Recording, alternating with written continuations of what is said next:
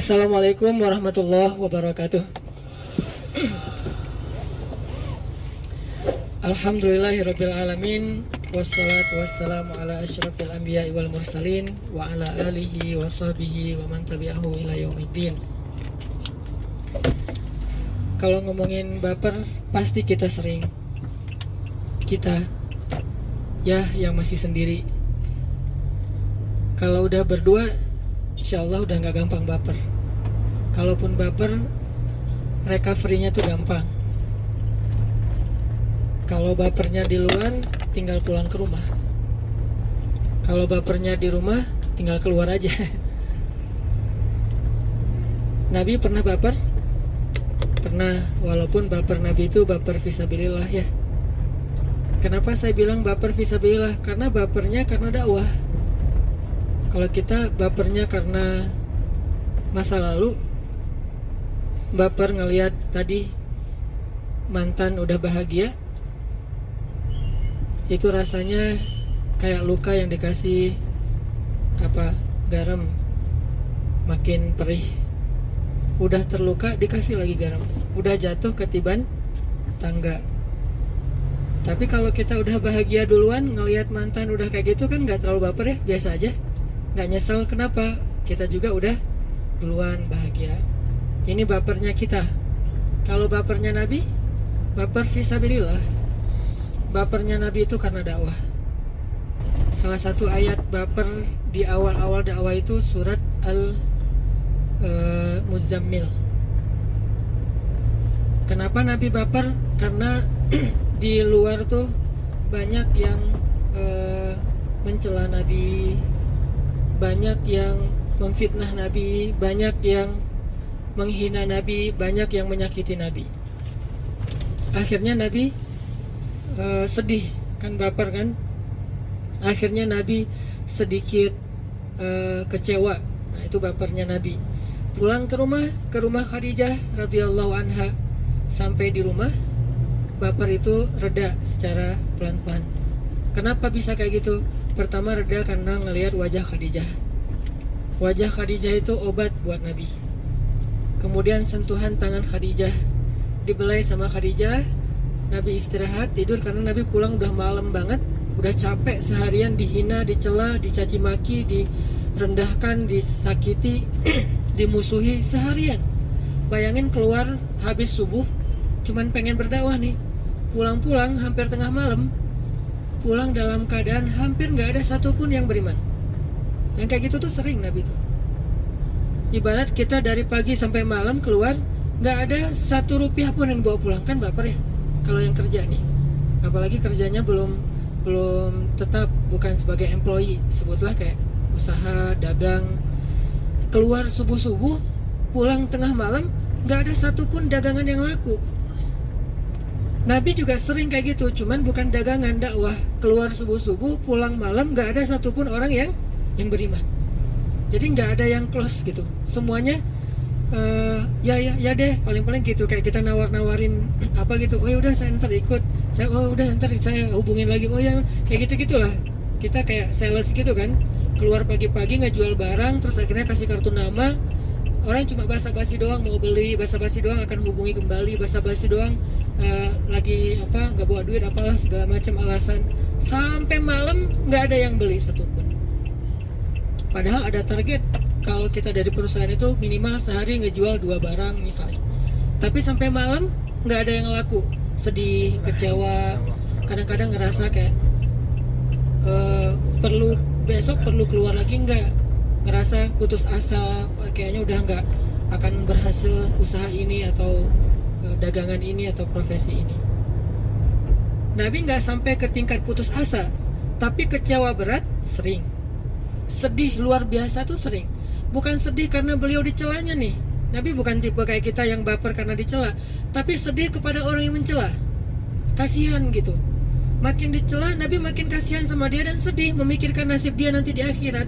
Jadi kalau sedih kita mikirin nasib sendiri, baper kita tuh mikirin diri sendiri. Bapernya Nabi itu mikirin orang lain. Gimana nanti kalau dia nggak terima hidayah, pas dia meninggal gimana nanti di akhirat? Saya nggak bisa nolong. Karena kalau nggak masuk Islam, Nabi nggak bisa nolong, nggak dikasih izin sama Allah. Yang dikasih izin cuman orang yang bersyahadat. Jadi Nabi baper, sedih, kecewa tuh gara-gara mikirin nasib orang lain, bukan mikirin perasaan beliau sendiri. Dan bapernya tuh serius loh. Sedih berat. Pas pulang ke rumah, ketuk pintu pelan, Assalamualaikum, dibukain sama Khadijah. Kelihatan wajah Nabi kayak sedih banget. Langsung Khadijah nyiapin semua. Langsung Khadijah nyiapin semua untuk beri kenyamanan buat Nabi, selimut yang hangat karena puncak musim dingin. Diselimutin sama Khadijah. Terus Khadijah nggak mau ngebahas, nggak mau ada apa sih, cerita dong, nggak mau ngebahas sama sekali. Yang penting Nabi nyaman aja. Udah makan malam, langsung diselimutin, dibelai sama Khadijah. Khadijah pengertian. Lagi tidur, datang Jibril. Ya ayyuhal muzammil. Dipanggil sama Allah SWT. Allah itu lebih pengertian lagi daripada Khadijah. Karena Allah itu alimun, tahu banget isi hati kita. Kita lagi baper, Allah tahu. Kita lagi sedih, Allah tahu. Kita lagi kecewa, Allah tahu. Allah tahu banget. Ini kekasih Allah lagi sedih nih. Kekasih Allah lagi kecewa nih. Kekasih Allah lagi baper berat, dan bapernya tuh baper berpahala, baper fisabilillah. Sehingga Allah langsung manggil, ya ayyuhal muzammil, wahai kekasihku yang sedang berselimut.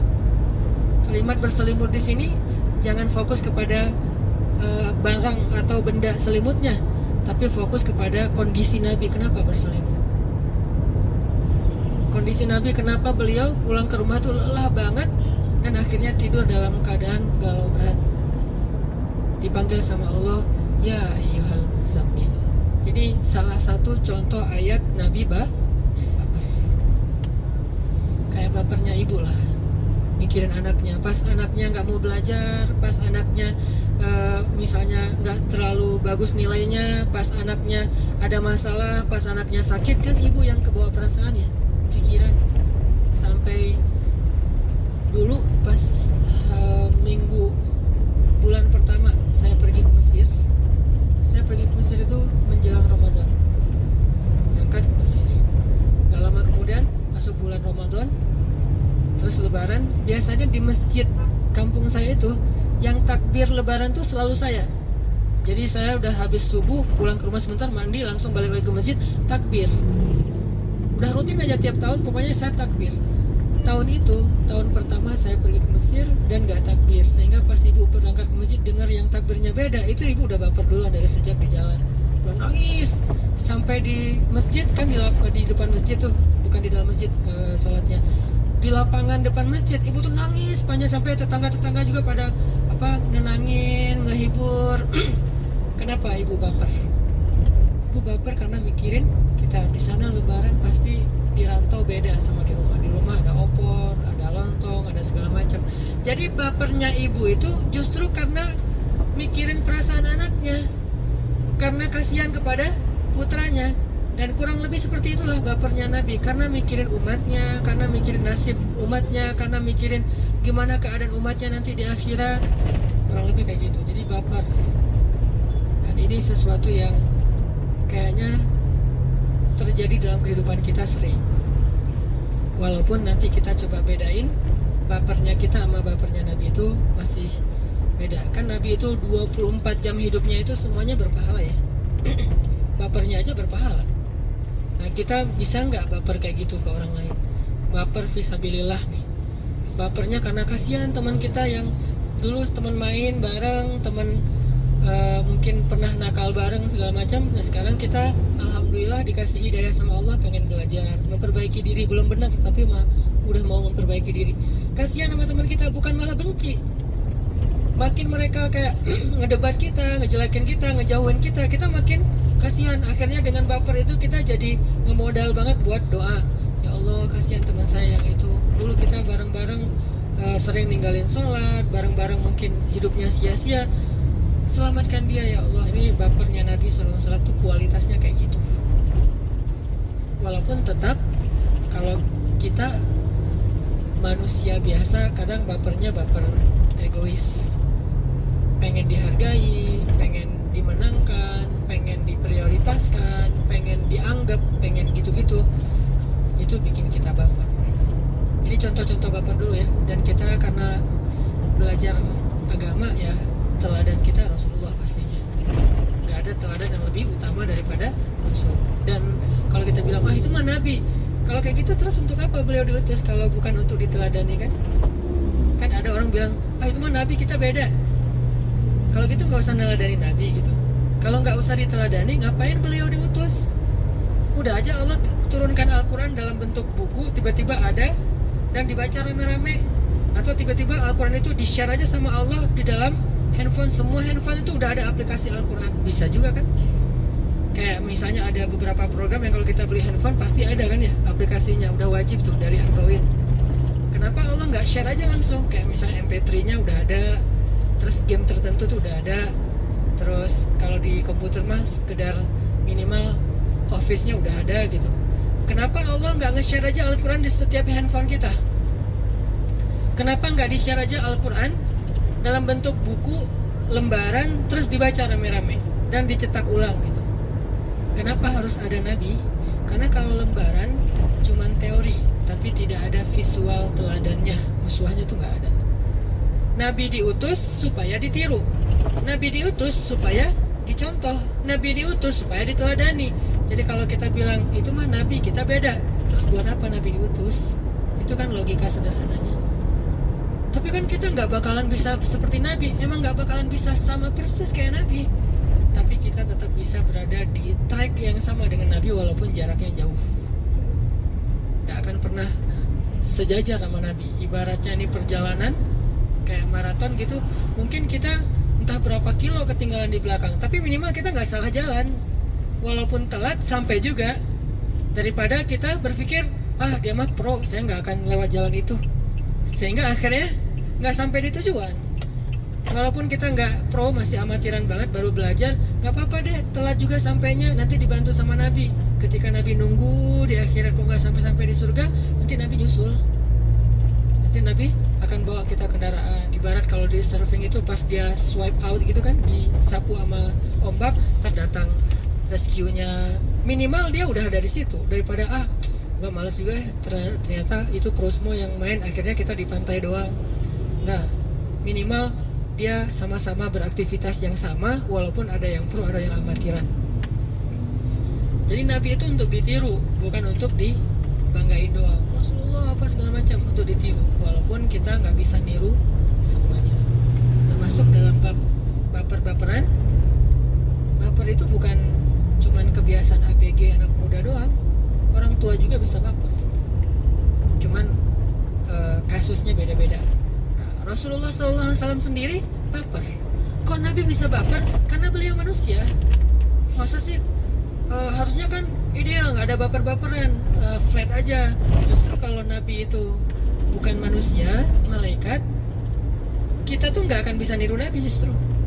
Karena tuh Nabi terlalu perfect, nggak ada sama sekali adegan-adegan kekeliruan, lupa. Berarti kita nggak akan bisa niru Nabi, soalnya terlalu sempurna. Kenapa Allah mengutus Nabi itu manusia, bukan malaikat? Supaya kekurangannya menjadi teladan buat kita. Kekurangan Nabi aja jadi teladan. Nabi kurang, itu teladan buat kita. Contoh apa? Nabi pernah keliru? Berapa kali malah? Nabi pernah ditegur Allah? Berapa kali?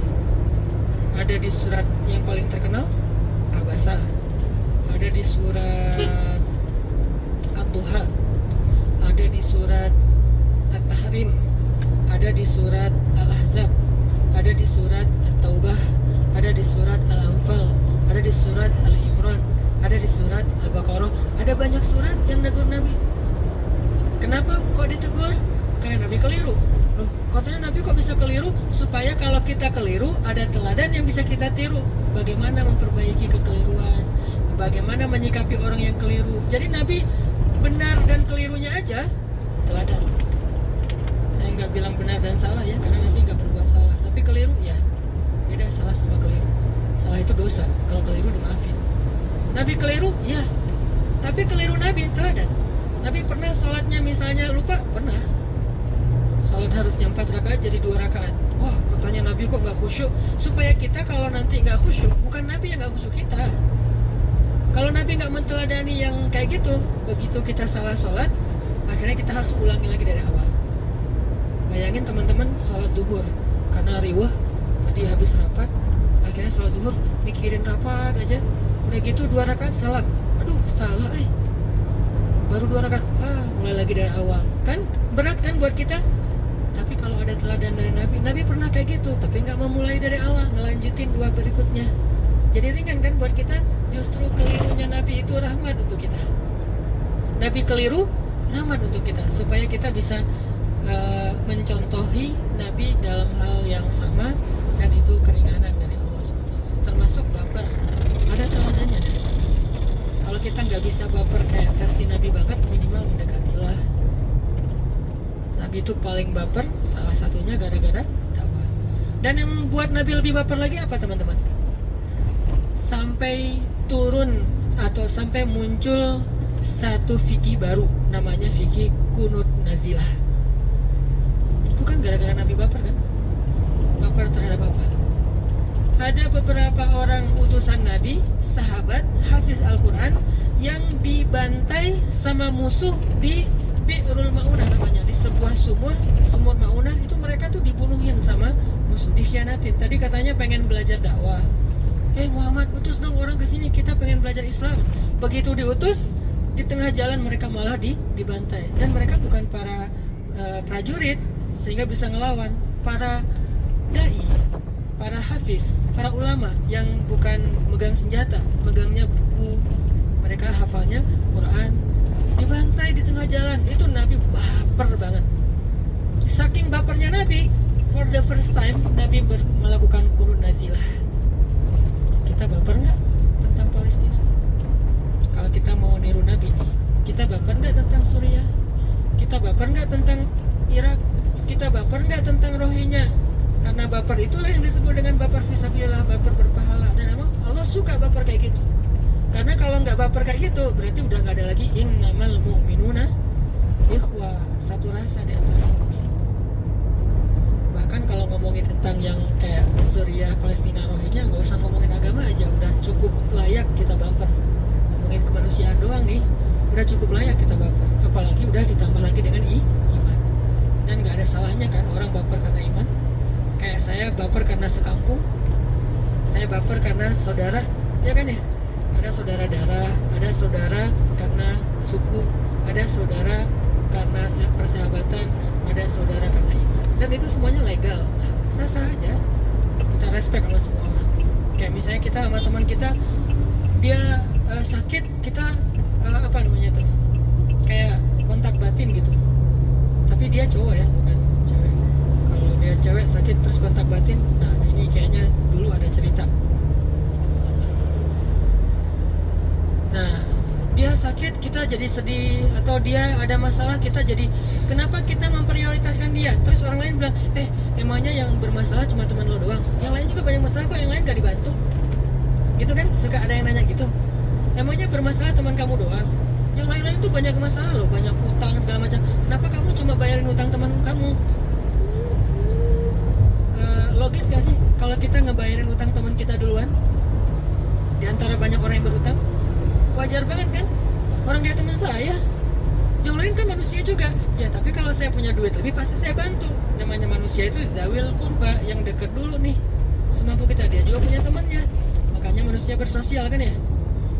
Jadi wajar banget kalau saya ngebantu teman saya duluan, padahal yang punya masalah kayak gitu tuh banyak, bukan teman saya doang. Itu wajar banget. Gitu juga kita ngebantu misalnya saudara kita yang sebangsa, wajar. Kenapa nggak bantu yang kena musibah misalnya kebakaran kemarin di Amerika? Ya karena itu jauh, ini yang dekat dalam hubungan kebangsaan. Tapi ada hubungan lain selain kebangsaan, hubungan iman. Kenapa bantu Suriah? Kenapa bantu Palestina? Nah itu sama Muslim. Wah, kok pakai agama sih? Wajar dong. Pakai agama boleh, pakai darah boleh, pakai suku boleh, pakai kebangsaan boleh. Semua itu ikatan. Dan itu semuanya legal. Nggak ada masalah dengan itu. Kita membantu seseorang karena dia seagama, boleh. Kita bantu seseorang karena dia sekolah bareng kita sama-sama alma mater gitu, alumni, boleh. Kita bantu dia karena sekampung, boleh. Kita bantu dia karena dia pernah jadi mantan, boleh.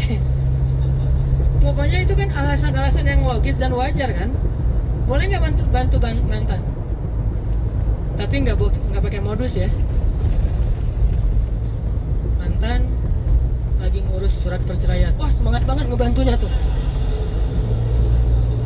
Kayaknya itu paling semangat tuh.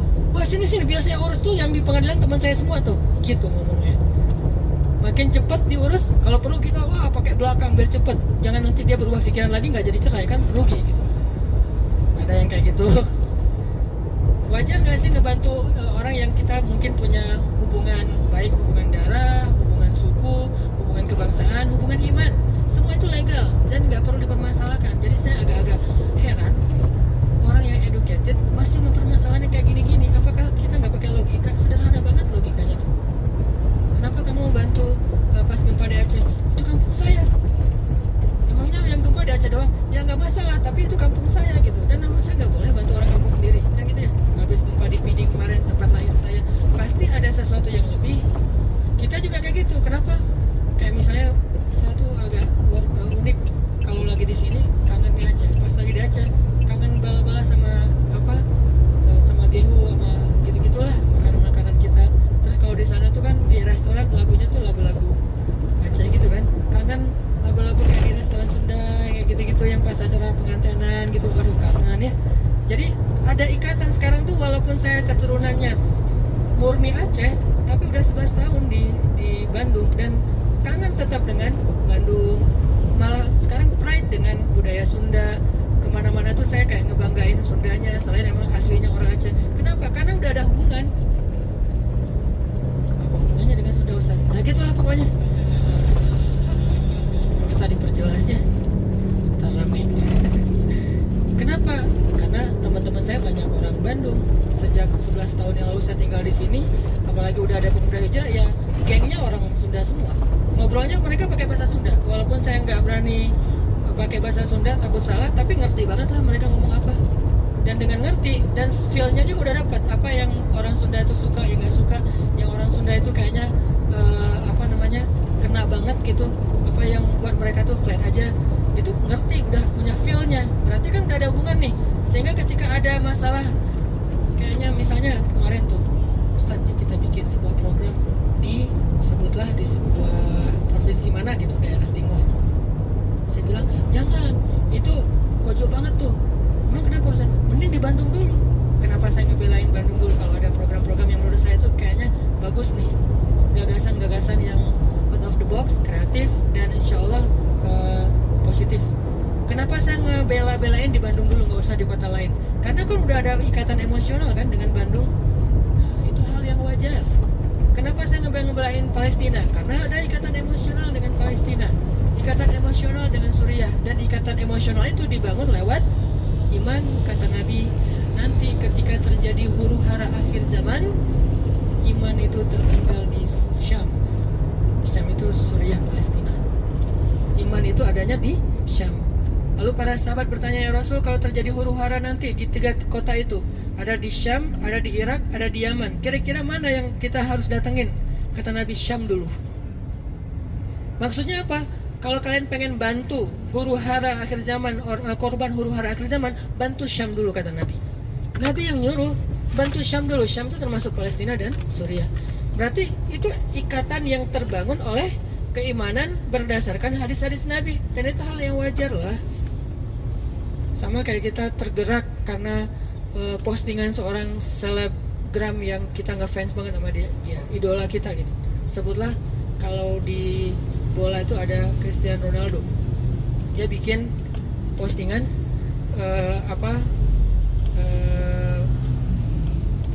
respect dan ngedukung, mensupport korban-korban perang di Suriah misalnya. Dia bilang saya adalah pemain bola terkenal, tapi kalian adalah the real hero gitu. Kalian nggak sendiri, kalian nggak jauh. Sesungguhnya saya bersama kalian, saya mensupport kalian gitu kan. Begitu Ronaldo posting itu, kita karena ngefans sama Ronaldo, akhirnya kita donasi juga. Sah nggak sih? Sah-sah aja. Emangnya cuma Suriah? Kenapa Suriah? Karena Ronaldo yang posting. Semua itu hal yang wajar banget. Itu bapernya Nabi. Nabi itu pernah baper loh sama korban Bi'rul Maunah namanya. Nanti kalau teman-teman pengen googling, Coba googling Bi'ru Maunah.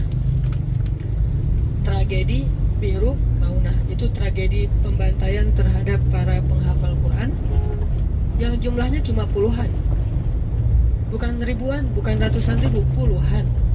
Itu aja Nabi itu doa, ya Allah hancurkanlah, doanya gitu. Kok doanya ekstrem banget sih, radikal banget sih, nggak ada kasih sayang. Nabi itu simbol kasih sayang. Nggak ada orang yang lebih lembut daripada Rasulullah, nggak ada yang lebih besar kasih sayangnya daripada Rasulullah, nggak ada yang lebih toleran daripada Rasulullah. Tapi orang yang kayak gini doanya, ya Allah hancurkanlah orang-orang yang berkhianat itu dan binasakanlah mereka, sesungguhnya Engkau maha kuasa atas segala sesuatu. Itu salah satu redaksi dari kunut nazilah. Bukan cuma ngedoain korban, tapi ngedoain atas pelaku. Gak boleh ngedoain yang buruk-buruk, doain aja dapat hidayah. Nabi itu ngedoain, kenapa? Karena itu kejahatan kemanusiaan yang udah sangat luar biasa. Ngebunuh orang yang gak bersenjata kan kejahatan kemanusiaan ya.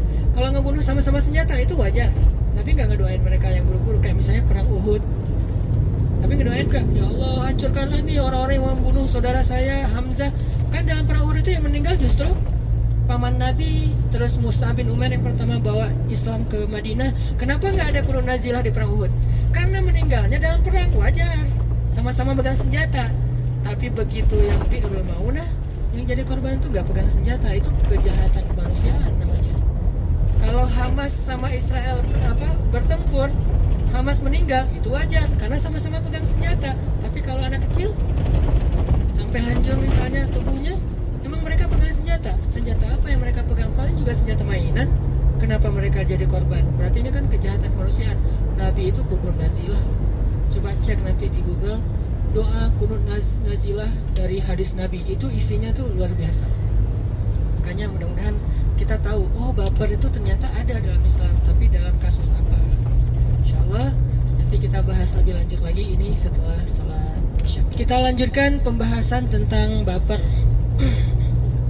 Tadi kita masih ngambil contoh-contoh baper yang dialamin oleh Nabi. Sebagaimana istilahnya kan, artinya baper bawa perasaan, artinya pakai rasa gitu ya. Dan memang kalau kita baca di Al-Quran itu teman-teman, perasaan kita juga bisa jadi ibadah, bisa juga jadi dosa.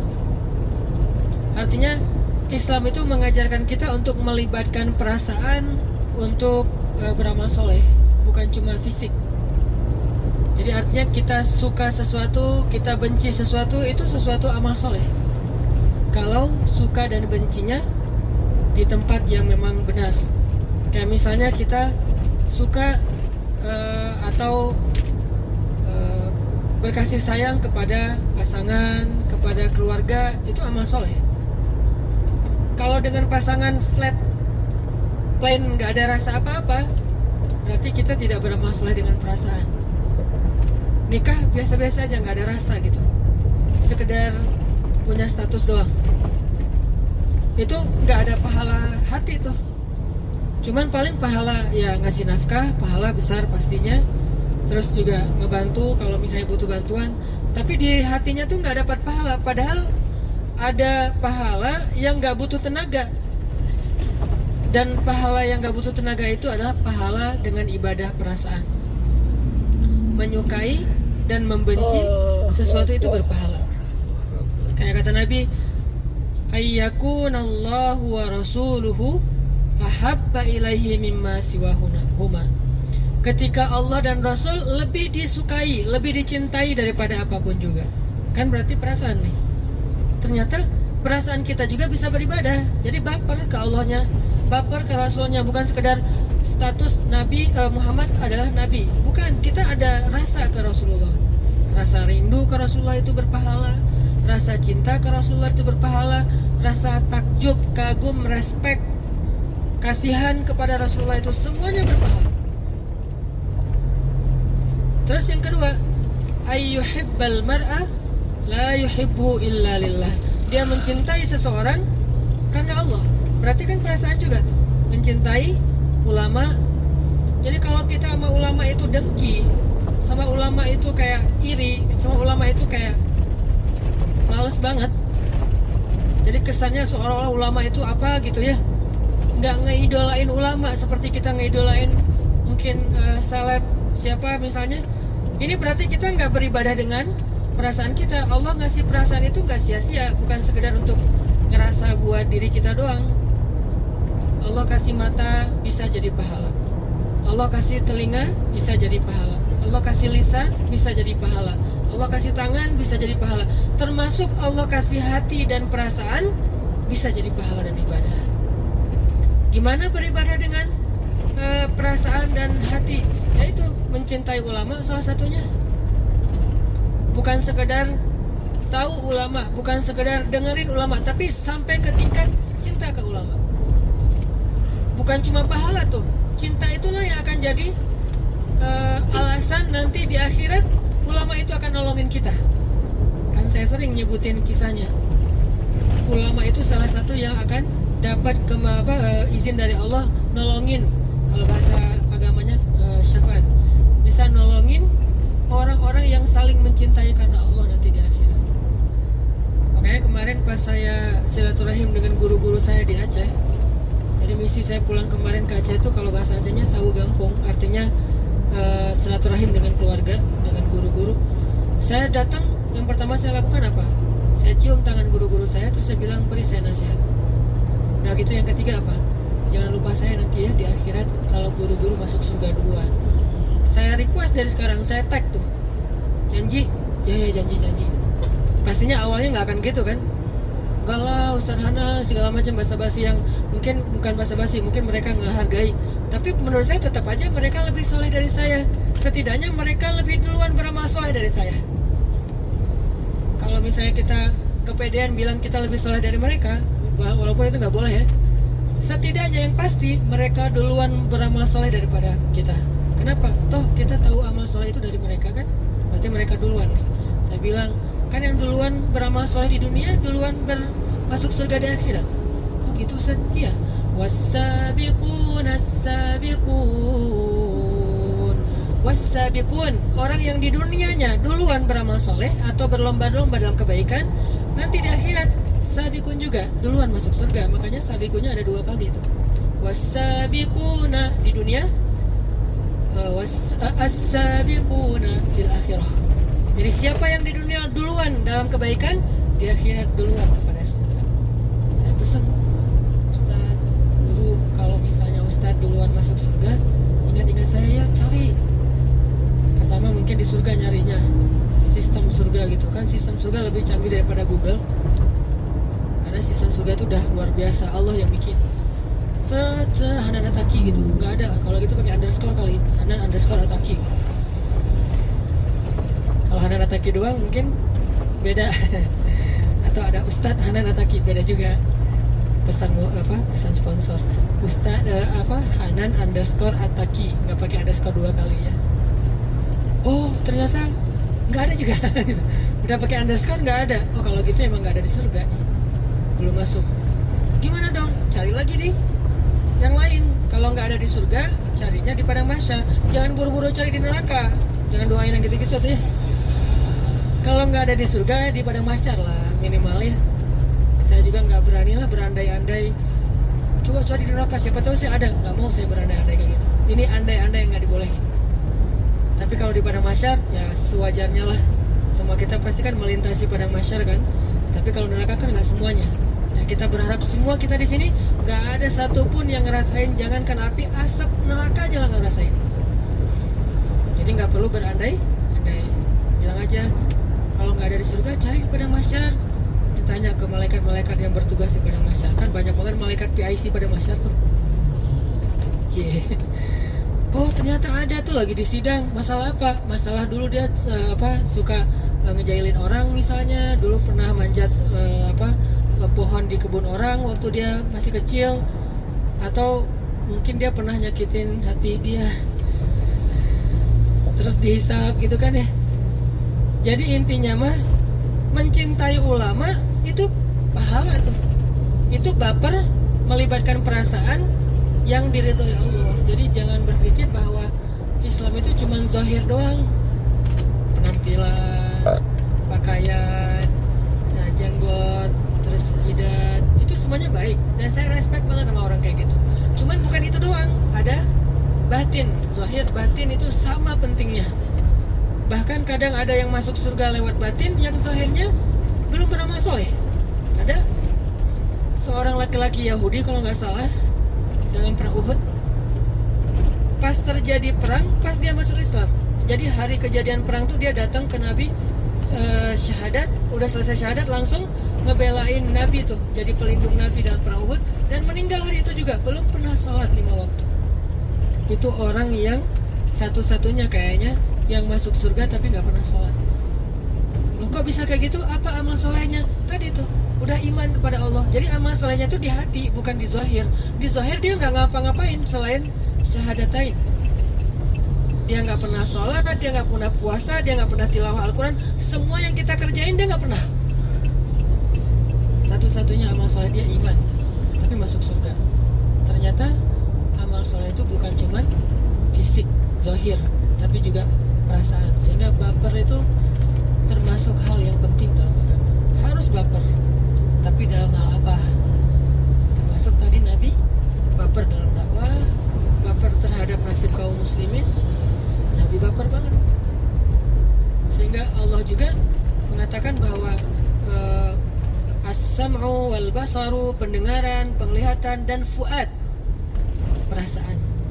Fuad, perasaan. Semuanya mas'ula, akan ditanya nanti di akhirat.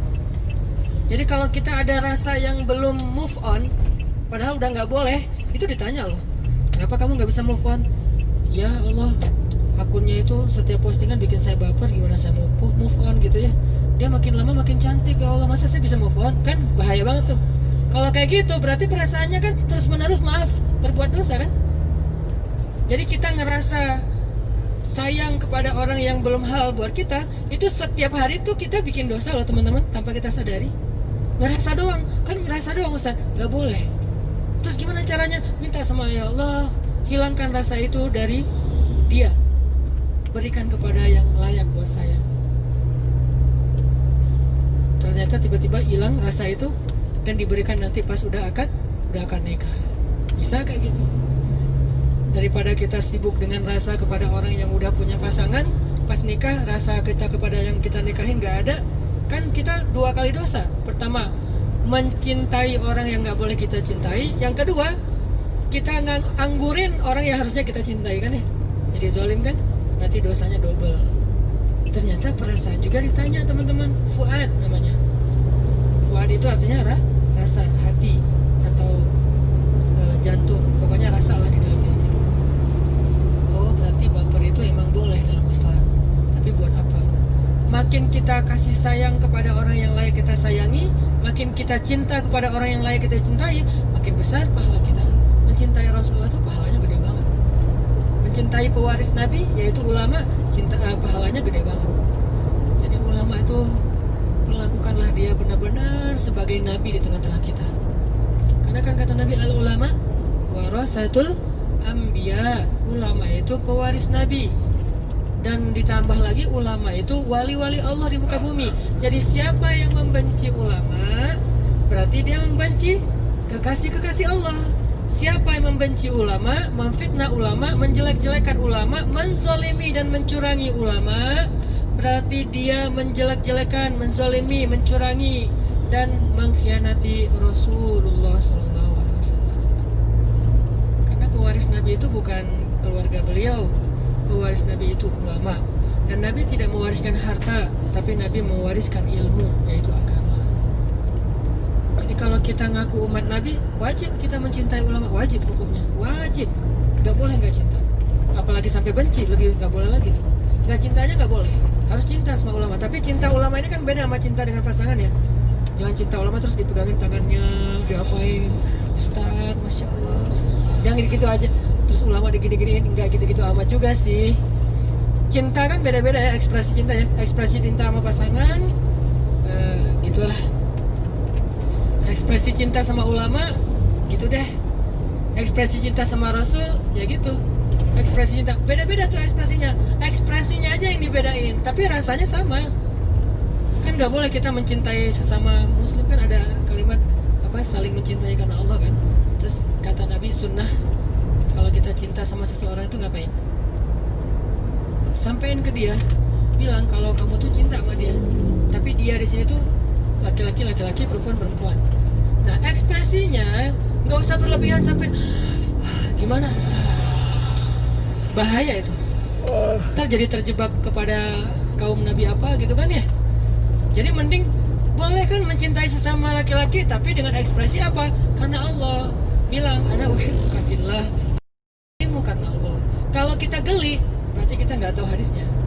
Pas dapat SMS, akhi, aku mencintaimu karena Allah. Gele. Terus tiba-tiba jadi gele gitu kan ya, dihapus, diblok. Nggak usah gitu. Ekspresinya aja bedain. Kita mencintai karena Allah tuh, saya banyak banget orang yang saya cintai karena Allah, dan saya berharap dia mencintai saya balik karena Allah. Kenapa? Memang layak dicintai, orang soleh, ahli tahajud. Kenapa saya cinta sama dia? Saya paksain, saya harus cinta sama dia. Saya perhatian sama dia. Kalau dia butuh apa-apa, saya datengin. Salah satunya ada di Tasik. Saya sering ceritain dulunya supir angkot. Terus juga akhirnya ikut bareng sama saya. Kan dulu saya suka usaha-usaha gitu kan. Jual beli mobil bekas bareng sama dia. Terus jual pulsa, ada 60 cabang pulsa di Bandung. Belum ada Alfamart dulu. Bareng sama dia. Terus main di properti bareng sama dia. Kenapa? Karena saya pengen bantu dia di dunia supaya dia bantu saya di akhirat. Terakhir sekarang dia udah pindah ke Tasik.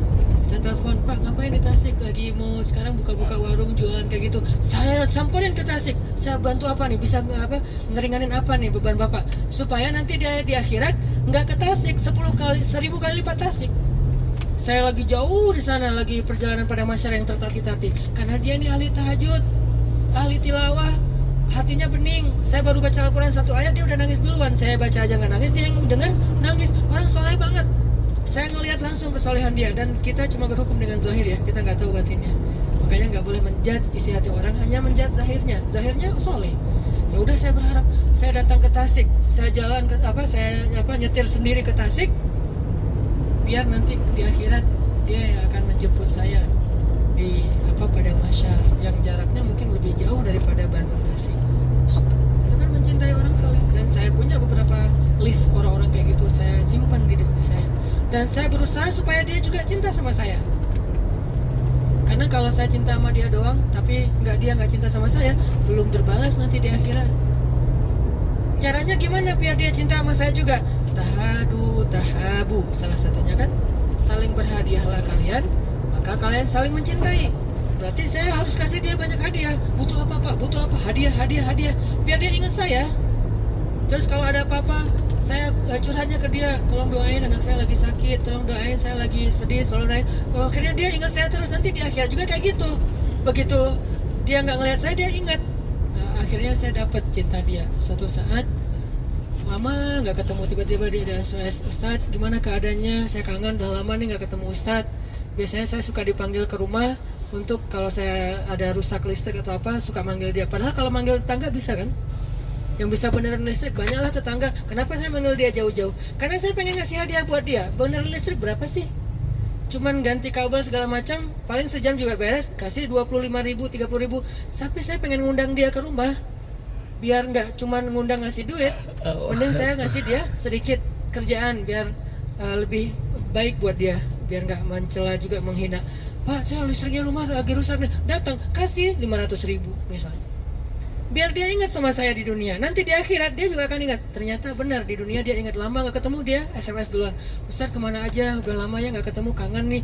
Mudah-mudahan kangen di dunia itu menjadi indikasi nanti dia akan kangen juga di akhirat. Nggak ketemu 6 bulan aja kangen, gimana nggak ketemu 1000 tahun? Pasti akan lebih kangen lagi. Jemput. Bayangin yang jemputnya satu rombongan pakai truk. Tiba-tiba di akhirat ada satu truk besar, datang itu orang-orang soleh semuanya. Menjemput siapa Pak? Satu rombongan menjemput anak Taki. Bayangin yang jemputnya itu orang soleh semua kan ya.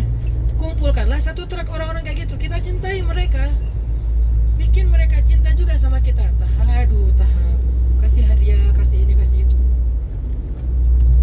Bukan saya ya, karena saya ngerasa bukan ini demi Allah, bukan basa-basi. Saya tuh belum merasa soleh untuk layak jadi orang yang bisa nolongin orang di akhirat. Enggak. Nih saya ngomong kayak gini biar teman-teman nyari deh. Nyari di luar tuh banyak banget orang-orang soleh yang teman-teman udah lihat. Kalau ini kan bukan ngomong di depan tuh kan bukan indikasi kesolehan ya.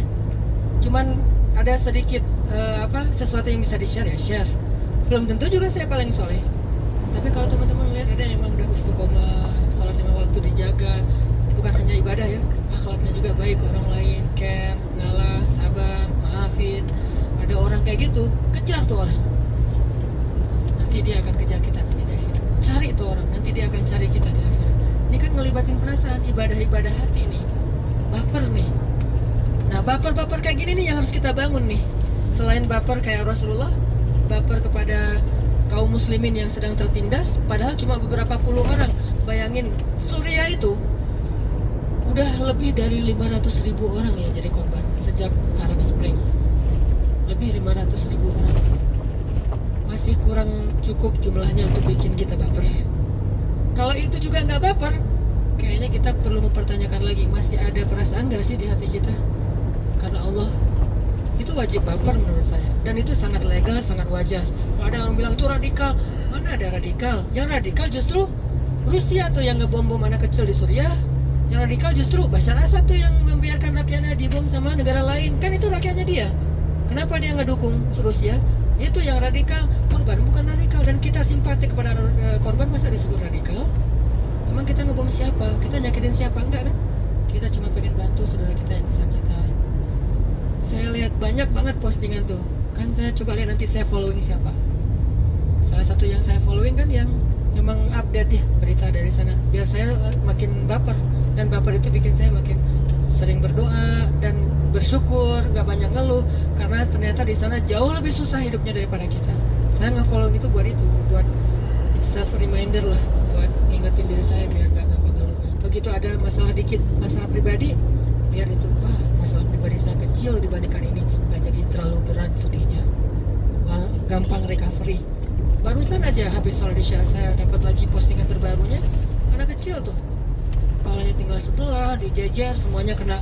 Itu yang semalam, korban semalam pemboman dari pesawat tempur Rusia. Apa nggak baper? Rasul aja cuma berapa puluh orang baper sampai kunut nazilah, 500.000 orang. Ada lagi tuh kasus Nabi baper berat, sampai ada adegan pengusiran dari benteng Bani Qainuqa, apa itu? Qainuqa yang kasih. Kan ada 3 benteng Yahudi kan ya, Mutair, Qainuqa, dan Quraidah. Ada seorang cewek muslimah lagi belanja di pasar Yahudi sama anak-anak muda Yahudi, diisengin. Orang Yahudi ini kan nggak ngelihat laki-laki dan perempuan, disamain. Jadi yang paling menghargai perempuan itu justru Islam loh. Cuman kita kemakan sama propaganda mereka kan, Zionis. Akhirnya kita anggap Islam itu yang paling gak adil sama perempuan. Gak ada cerita itu. Justru yang paling adil sama perempuan itu Islam, menghormati perempuan banget. Bukti paling gampang ketika ditanya siapa orang yang paling berhak saya berbuat baik, ya Rasulullah, ibumu. Kalau udah gitu siapa lagi ya Rasul? Ibumu. Udah ibu, siapa lagi ya Rasul? Ibumu. Setelah itu baru ayah. Coba. Itu paling sederhana lah. Dan banyak banget hadis senada kayak gitu yang gimana Islam menghargai cewek. Salah satu adegannya ada perempuan muslimah lagi belanja di pasar Yahudi. Jadi ada mall milik orang Yahudi. Datanglah cewek muslimah belanja di sini, standar lah kayak kita juga belanja. Lagi belanja dikerjain. Kan tayangan-tayangan barat tuh banyak yang usil ya, ngerjain orang di jalan, di mall segala macam. Saya paling gak setuju tayangan kayak gitu. Bayangin kalau istri kita, istri saya, pasti teman-teman belum tahu ya rasanya gimana kalau istrinya diganggu orang. Belum tahu sebagian besarnya. Nanti akan kerasa tuh. Begitu ada tiba-tiba telepon nyasar ngejar-ngejar istri kita terus gitu kan ya, langsung kita angkat. Terus marah-marah, siapa lo? Mau ketemu sama saya? Cie, sosok gaya. Pas datang orangnya gede banget. Ya udah deh, maaf. Suka gitu kan. Nah ini muslimah lagi belanja di mallnya Yahudi. Diikat, maaf dia lagi transaksi di kasir gitu, roknya di bawah roknya tuh diikat pakai tali terus diikatin ke atas, sehingga pas muslimah ini jalan roknya kesingkap. Malu kan? Orang Islam itu muslimah itu kan menutup aurat bukan karena kewajiban, tapi karena kehormatan dan rasa malu. Rasa malunya tuh besar. Jadi begitu kesingkap angin aja dia tuh panik, langsung nutup jilbabnya. Panik, kenapa? Dibangun dengan rasa malu dan iman. Bukan asal, kan nggak sengaja, udah biarin aja angin-anginan. Enggak, dia tuh pakai jilbab. Dia pakai jilbab bukan karena kewajiban loh. tingkatan muslimah sejati ya, dia menutup aurat itu bukan karena kewajiban, Allah yang suruh, bukan cuma itu, emang ada rasa malu di hatinya. Kelihatan satu helai rambut aja tuh udah panik tuh. Jalan ada angin kesingkap dikit langsung gimana gitu. Kok panik-panik amat sih? Karena rasa malunya besar. Orang kayak gitu kan akan merasa sangat terpukul ketika kepala aja kelihatan rambut dia panik, apalagi kelihatan betisnya misalnya kesingkap. Malu, nangis dilihat sama seorang ABG cowok muslim. Wah, ada muslimah dikerjain nih, diputusin tuh tali, dibantuin sama dia, dihalang-halangi sama anak-anak muda Yahudi. Nggak boleh, berantem. Akhirnya dikeroyoklah anak muda muslim itu dan meninggal. Udah menistakan perempuan, ngeroyok anak muda yang ngebelain tadi, meninggal. Wah, Nabi baper banget kalau udah kayak gitu. Kata Nabi, kita kepung benteng mereka. Kalau udah perempuan, Nabi sangat menghargai. Kita kepung benteng mereka. Dikepung sama Nabi. Dikepung, minta diserahkan pelaku-pelakunya, mau dihukum sama Nabi. Nggak diserahin. Coba, nah itu kan gitu. Lihat aja postingan-postingan terbaru di Palestina. Seorang muslimah disuruh buka jilbabnya, dia nggak mau buka, ditembak di tempat. Muslimah dipukulin sama, masa tentara mukulin cewek? Kan agak-agak aneh nih. Nabi baper banget, dikepung, cuma satu permintaannya, serahin pelaku-pelakunya biar kita adili. Dan Nabi nggak akan zalim kok, akan diadili sesuai dengan keadilan. Keserahkan, nggak diserahin. Kalau nggak diserahin ya udah dikepung aja terus sampai mereka nyerah. Akhirnya diusirlah yang tua-tua, yang perempuan disuruh keluar dari Madinah karena udah membatalkan perjanjian, udah nggak sesuai lagi dengan akad di awal. Yang muda-muda dikumpulin, kemudian mereka dihukum. Di bapernya Nabi ini. Terus kalau Nabi satu muslimah aja digituin doang, baper, gimana kita di Suriah? Hampir ribuan muslimah itu dinodai. Di Rohingya banyak banget kasus perempuan muslimah yang ayahnya udah lari, yang kakaknya udah lari, yang ibunya dibunuh di depan matanya, yang anak kecil dibunuh, yang perempuan yang ABG nih umur di atas 7 tahun sampai 25 tahun itu dinodai. Dan banyak kasus yang dalam semalam itu puluhan orang menodai satu perempuan, puluhan orang dalam satu malam, sampai dia jadi kayak orang gila gitu. Apa masih kurang alasan buat baper? Jadi menurut saya kalau ini juga nggak baper, plain banget sih perasaannya. Dan kita takutkan Allah juga nanti akan memberikan dia ujian yang sama ketika dia dalam masalah yang besar, orang nggak ada yang kasihan sama dia. Dan masalah paling besar itu nanti di akhirat. Ketika dia di akhirat dapat banyak masalah dari para malaikat, nggak ada yang peduli sama dia, kan dia kasihan. Minimal baper kita tentang Rohingya bikin orang Rohingya baper ke kita nanti. Baper kita ke Suriah dan Palestina bikin mereka baper ke kita nanti di padang mahsyar. Kenapa mereka? Karena mereka tuh menurut saya udah dijamin masuk surga loh. Kan siapa yang meninggal dibunuh dijamin masuk surga kan? Karena semua dosanya dikasih ke pembunuh. Jadi nggak ada dosa. Ditambah lagi di Suriah dan Palestina itu yang meninggal anak kecil yang emang nggak punya dosa. Dan anak kecil di sana beda sama anak kecil kita. Di sana rata-rata anak kecilnya hafiz Al-Quran. Hafalnya tuh nggak lama-lama, sebulan khatam 30 juz. Ini nggak ada lagi alasan buat kita nggak baper. Tadi aja kita ada ulama yang belum hafiz tapi soleh, kita udah belajar mencintai mereka ya, berusaha gitu kasih hadiah biar mereka cinta sama kita. Gimana yang anak kecil hafiz Quran, korban perang, itu kan udah dijamin banget masuk surga, yang bahkan mungkin nggak pakai hisab. Wassabiquna as-sabiqun ulaikal muqarrabun. Mereka duluan masuk surga, surganya Firdaus, nggak pakai hisab. Orang kayak gini kalau cinta sama kita gara-gara di dunia kita mencintai mereka, wah enak banget hidup kita nanti di akhirat. Banyak yang nolongin. Makanya kenapa Ustaz Hanan tuh kok sering-sering posting bab, walaupun nggak sering sebetulnya segitu mah masih wajar, bab tentang Suriah, Palestina. Kenapa nggak posting tentang Indonesia? Yang posting tentang Indonesia udah ada istri saya. Lihat aja Rumah Teduh Sabar ini kan mau posting tentang Indonesia, khususnya yang dekat dengan kita, Jawa Barat. Korban-korban bukan korban, yang kena musibah sakit kanker yang luar biasa itu udah ada di istri saya. Saya motivasi terus biar dia istiqomah dengan aktivitasnya menolong atau nemenin teman-teman yang kena penyakit kanker dan mereka miskin. Saya pernah nemenin ke Tasik, pernah nemenin ke Garut, dan itu korbannya ngeri-ngeri loh. Rata-rata orang yang menengah ke bawah, bahkan bukan miskin, fakir. Udah ada bagian itu. Jadi bukan berarti kita ngelupain yang di Indonesia, nggak sama sekali. Cuman bagian ini udah ada, bagian ini udah ada. Tapi kalau Suriah dan Palestina emang beda sih. Bukan beda masalah tempat atau negaranya. Keadaannya jauh lebih sulit daripada kita. Jauh. Orang di sini sakit, masih ada keluarga, di sana nggak ada siapa-siapa. Makanya teman-teman, baper-baper kayak gini yang kita perlu bangun di dalam diri kita. Memang harus melibatkan perasaan, nggak boleh sekedar basa-basi simpatiknya, dan nggak usah khawatir dengan anggapan orang lain. Yang penting satu aja, jangan ganggu orang, jangan menghina orang, jangan mencela orang, jangan menjudge orang lain. Kalau kita nggak pernah ganggu orang lain, terus kita respect pada seseorang, kita simpati pada seseorang, itu aja. Kecuali kita suka menjudge orang lain, suka menghina orang lain, suka ganggu orang lain, itu baru salah. Jadi salahnya itu bukan simpatik, ngeganggunya yang salah. Baper tetap. Coba teman-teman lihat deh di surat Al-Kahfi, salah satu contoh Nabi baper. Surat 18 ayat 6. Itu salah satu contoh Nabi baper banget. فَلَعَلَّكَ بَاخِعٌ نَفْسَكَ عَلَى آثَارِهِمْ إِنْ لَمْ يُؤْمِنُوا بِهَذَا الْحَدِيثِ أَسَفًا. Hampir-hampir kamu mencelakai dirimu sendiri, wahai Muhammad. Saking bapernya Nabi tuh. Maksud mencelakai, saking bapernya Nabi sampai sakit tuh. Nabi tuh berdakwah tuh benar-benar soulful banget. Ada yang nolak, sedih beliau.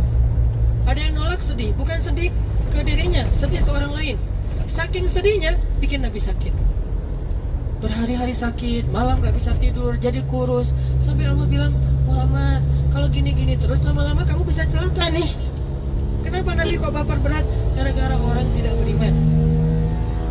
Kok bisa gitu? Karena Nabi udah ngeliat neraka. Kalau kalian tahu apa yang saya tahu gitu kan, maka kalian akan banyak menangis daripada tertawa. Maksudnya, untungnya kita nggak ngelihat apa yang dilihat Nabi. Jadi masih bisa happy-happyan, seru-seruan, have fun, ketawa. Coba kalau kita ngelihat neraka kayak Nabi dan Jibril. Jibril itu kan sejak ngelihat neraka nggak pernah berhenti menangis. Nangis aja terus sampai Nabi Muhammad nanya, saking seringnya Jibril nangis, Jibril kenapa? Kenapa kamu nangis? Kata Jibril, gimana saya nggak nangis ya Rasulullah? Sejak saya melihat neraka, saya merasa sangat takut dan merasa sangat kasihan kepada orang yang diazab di dalam neraka. Ini bapernya Jibril, bapernya Rasulullah. Makanya Nabi kasihan banget, kayak kita kasihan ke teman kita yang misalnya sebutlah dia akan ke satu daerah, yang di daerah itu banyak penyakit, yang di daerah itu banyak masalah, banyak perampok segala macam. Pas dia berangkat di sana tuh kita sedih, gimana ya nasibnya nanti di sana ya, gimana dia ya nanti akan hidup di sana. Kan kita mikir ya. Nabi itu mikir banget tentang umatnya. Itulah bapernya Nabi. Kalau kita nggak bisa baper ke orang lain, minimal keluarga kita dulu. Ibu kita, ya ibu belum belajar Islam nih, gimana ya caranya biar saya bisa ngajak ibu ke ta'lim, ngajak ayah saya ke ta'lim, ngajak kakak saya ke ta'lim, ngajak sahabat saya ke ta'lim. Baper ke teman-teman dekat aja dulu. Kalau nggak bisa umat Islam yang atau manusia sedunia, yang dekat-dekat aja dulu. Ini bapernya Nabi. Kedua, baper terhadap korban kezaliman.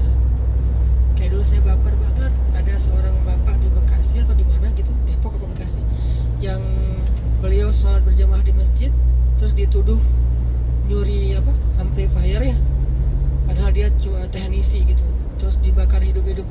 Itu kan saya langsung panas badan saya saking stresnya mikirin orang itu. Kasihan banget ya, ditambah lagi ada berita bahwa dia punya anak masih kecil-kecil.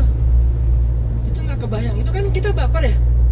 Itu harus terbangun dalam diri kita, karena kalau yang kayak gitu-gitu udah nggak ada lagi di hati kita, terus yang membedakan kita dengan makhluk Allah yang lain apa? Kan manusia itu unggulnya justru karena perasaannya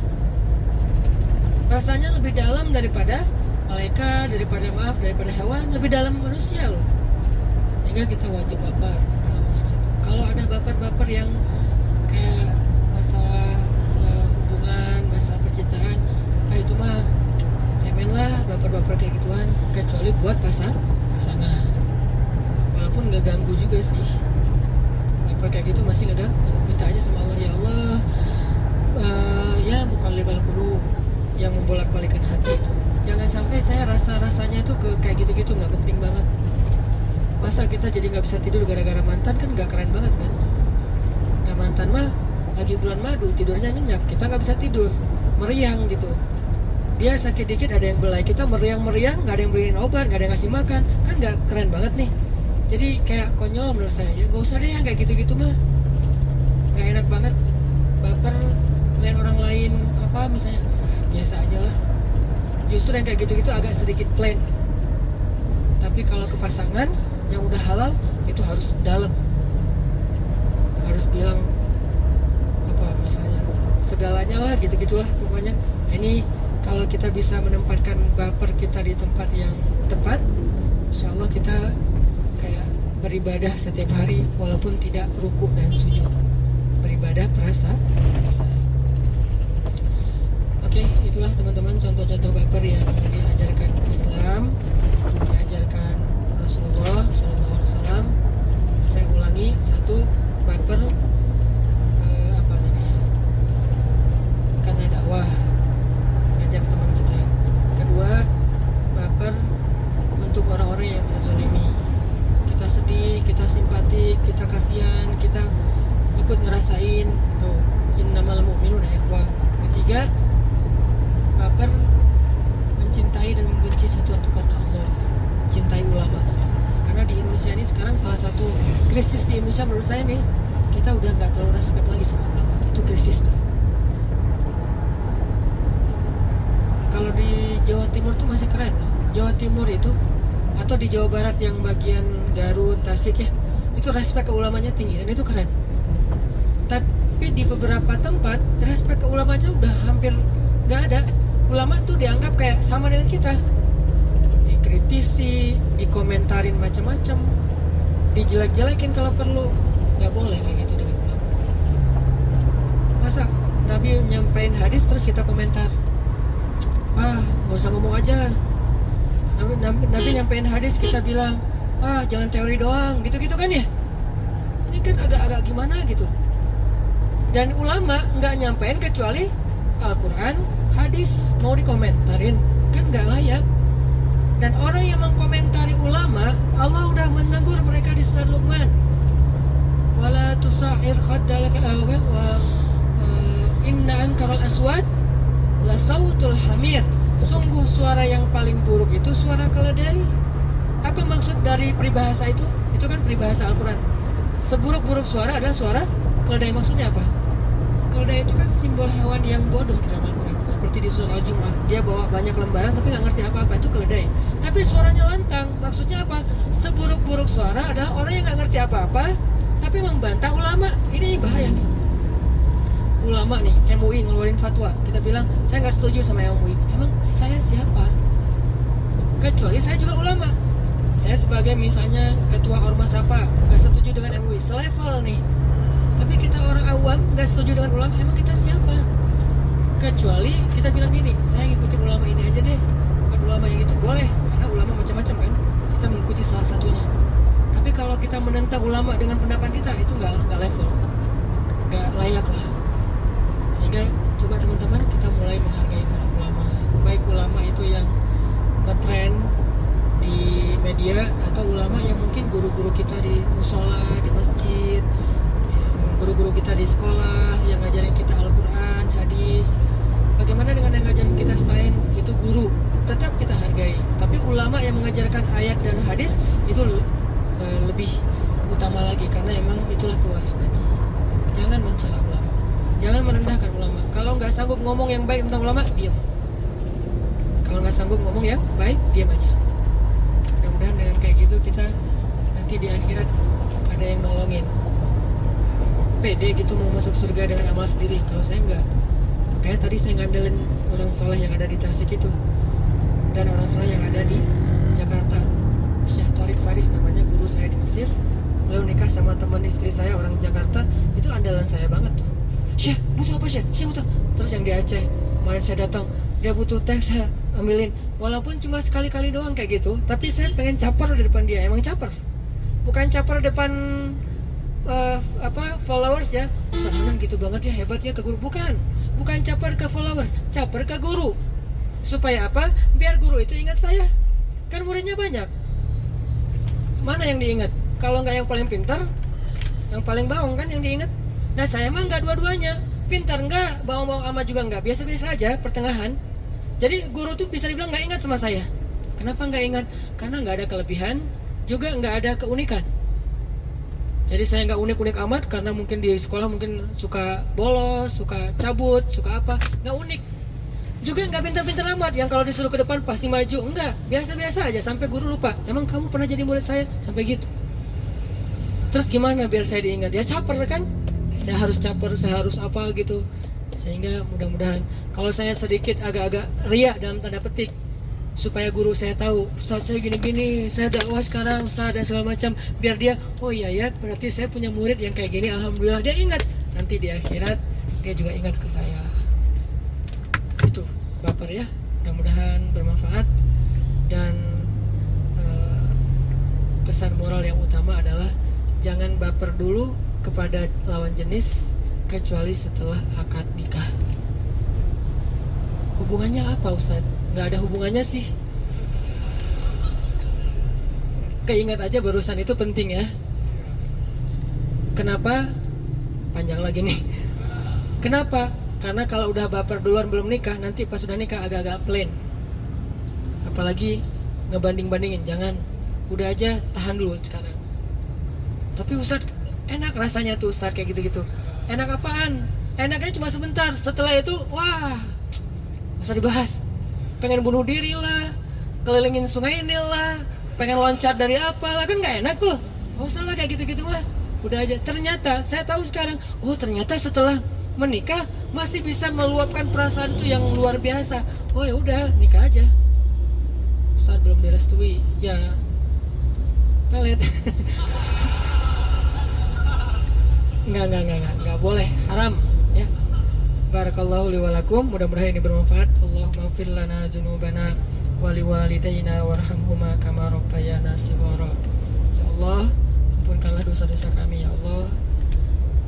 Janganlah Engkau tutup hati kami karena dosa-dosa kami di masa lalu ya Allah. Janganlah Engkau jauhkan kami dari orang-orang soleh karena terhalang oleh dosa-dosa kami ya Allah. Jangan Engkau cabut Al-Quran dari hati kami karena dosa-dosa kami ya Allah. Jangan Engkau cabut keberkahan ilmu dari hati kami karena dosa-dosa ya Allah. Jangan Engkau cabut rezeki yang halal dan keberkahannya karena dosa-dosa ya Allah. Ilahana, ampunkan dosa-dosa kami, terima taubat kami. Kami bukanlah orang yang layak untuk Engkau sayang. Tapi jika Engkau tidak menyayangi kami, siapakah kasih sayang lebih besar daripada kasih sayang yang kami harapkan? Meskipun kami tidak layak, kami tetap memohon kepadamu, sayangi kami ya Allah, perhatikan kami ya Allah, pandanglah kami dengan kasih sayangmu ya Allah, istimewakanlah kami di sisimu ya Allah, jadikanlah kami termasuk orang-orang yang Engkau ridhai ya Allah. Ilahana,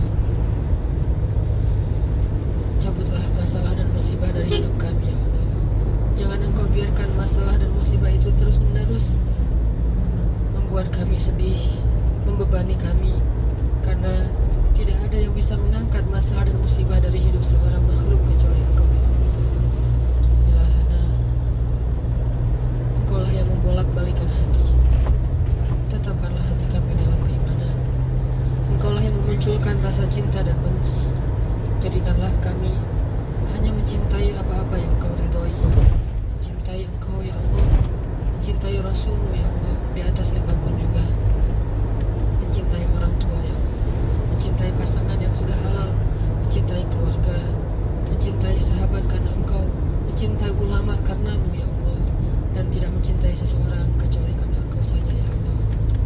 Ilahana, tolonglah saudara-saudara kami di seluruh dunia, tolong saudara-saudara kami di Palestina, tolong saudara-saudara kami di Irak,